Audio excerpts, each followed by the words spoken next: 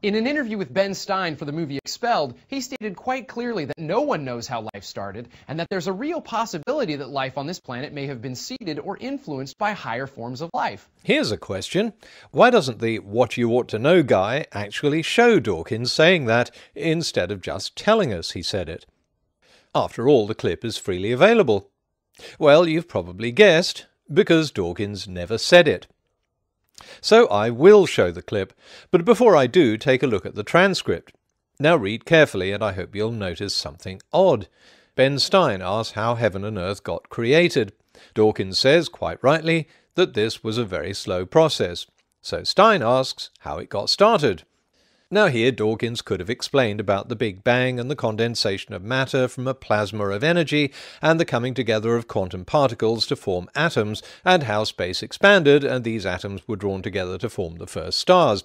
But instead he says, nobody knows how it started. Now why would Dawkins say that when the start of our universe has been understood since the 1950s? Then Dawkins's explanation gets even stranger. He says we know the sort of event that must have happened for the origin of life. The origin of life? But the origin of life has nothing to do with the origin of the universe. The two events are separated by about 10 billion years. Has Dawkins gone mad? Or did I miss something? Well, it turns out I did miss something. And when we look at the interview itself, we can see where it's gone missing. Well, then how did it get created? Well, by a very slow process. Well, how did it start? Nobody knows how it started. We know the kind of event that it must have been. We know the sort of event that must have happened for the origin of life. 4 very obvious cuts in both the audio and the video in the space of just a few seconds, taking us from a question about the origin of the universe to an answer about the origin of life. If you saw my video on TV tricks of the trade, and even if you didn't, it's not hard to spot the very clumsy edits here. Right, how did that happen? I told you we don't know. Dawkins could be answering no one knows to just about anything, because we don't get to hear what the question was. The giveaway is so clear that this kind of duplicitous editing wouldn't fool anyone. Oh, okay, most people. But that's hardly enough to earn a golden crocoduck. So let's look at what does. There's a real possibility that life on this planet may have been seeded or influenced by higher forms of life. Yes, this is the second thing Dawkins was supposed to have stated. Now, Dawkins has already said that life must have started with a self-replicating molecule. We know the sort of event that must have happened for the origin of life. What was that? It was the origin of the first self-replicating molecule. So isn't it odd that he suddenly starts talking about the possibility that we were designed by aliens from another planet? Are we missing something? Once again, yes. So you have no idea how it started? No, nor has anybody. Nor has anyone else. What do you think is the possibility that intelligent design might turn out to be the answer to some issues in genetics or in evolution? It could come about in the following way. It could be that at some earlier time, somewhere in the universe, a civilization evolved. And once again, the question doesn't fit the answer. What do you think of the possibility of intelligent design? Should elicit the answer, well, anything's possible, but it's very unlikely.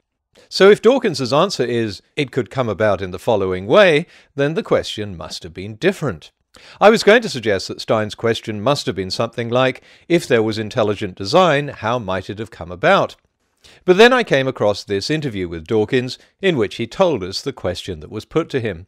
So when Ben Stein, who was the compere of the infamous Expelled film that some of you may have heard of, asked me in interview whether I could think of any circumstances in which I could remotely think that intelligent design of life on Earth was plausible.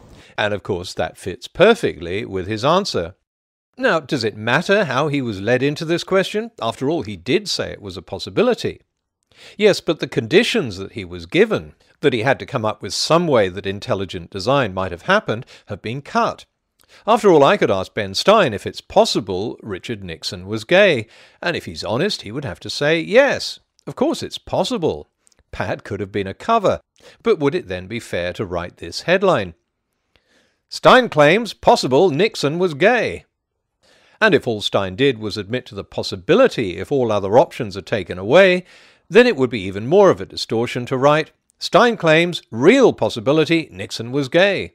And finally, Stein claims Nixon was gay. And that's where this misquote of Dawkins takes us. From a hypothetical possibility if the option of abiogenesis is taken away, to a possibility that it happened, to a real possibility that it happened. There's a real possibility that life on this planet may have been seeded or influenced by higher forms of life. And then to Dawkins saying it actually happened. It's wonderful what you can do with these one-off quotes and a complete disregard for the truth, simply to score a few silly brownie points in support of your religion. Potholer needs to be filled in on thermodynamics. I promise this wasn't nominated by me, but Ian Juby refers to me in this video. Potholer first pulled the open systems argument, claiming that energy coming in from the sun can cause life to arise, and then cites snowflakes and sunflowers as examples. And this begs exactly the same question I put to the previous nominee. Why is it that Ian doesn't show a clip from my video where I cite snowflakes and sunflowers as examples of how energy from the sun causes life to arise on Earth? He tells people I said this, so why not actually show me saying it? Well, the answer is, of course, because there are no clips of me saying that. Ironically, in trying to criticize a video called Setting Fire to Creationist Strawmen, Juby has set up his own creationist strawman. Ian, here's a bit of advice. In my videos, I always play the clip or show the quote I'm critiquing so that there can be no question that I've misinterpreted or misquoted it or simply made it up out of thin air. So here's what I actually said about sunflowers and snowflakes in response to a nominee called the Atheist Antidote. He claimed the second law of thermodynamics supports creationism because it says the whole universe is running down into complete disorder. The second law says that the whole universe is running down into complete disorder.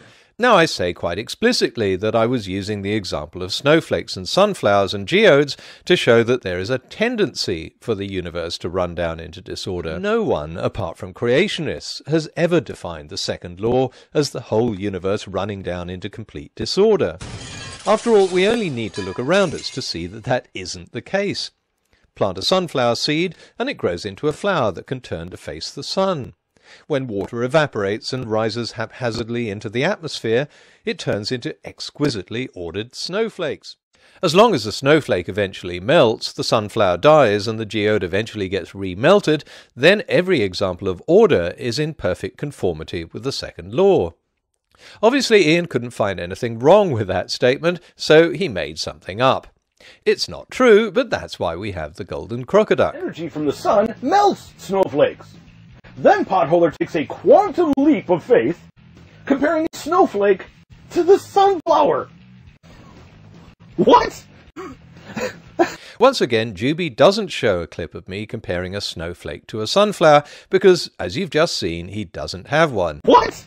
From this, he seems to go completely off the rails. Like saying that because a rock formed by natural processes, we can therefore conclude that the space shuttle can also form by natural processes. Yeah, good point, Ian.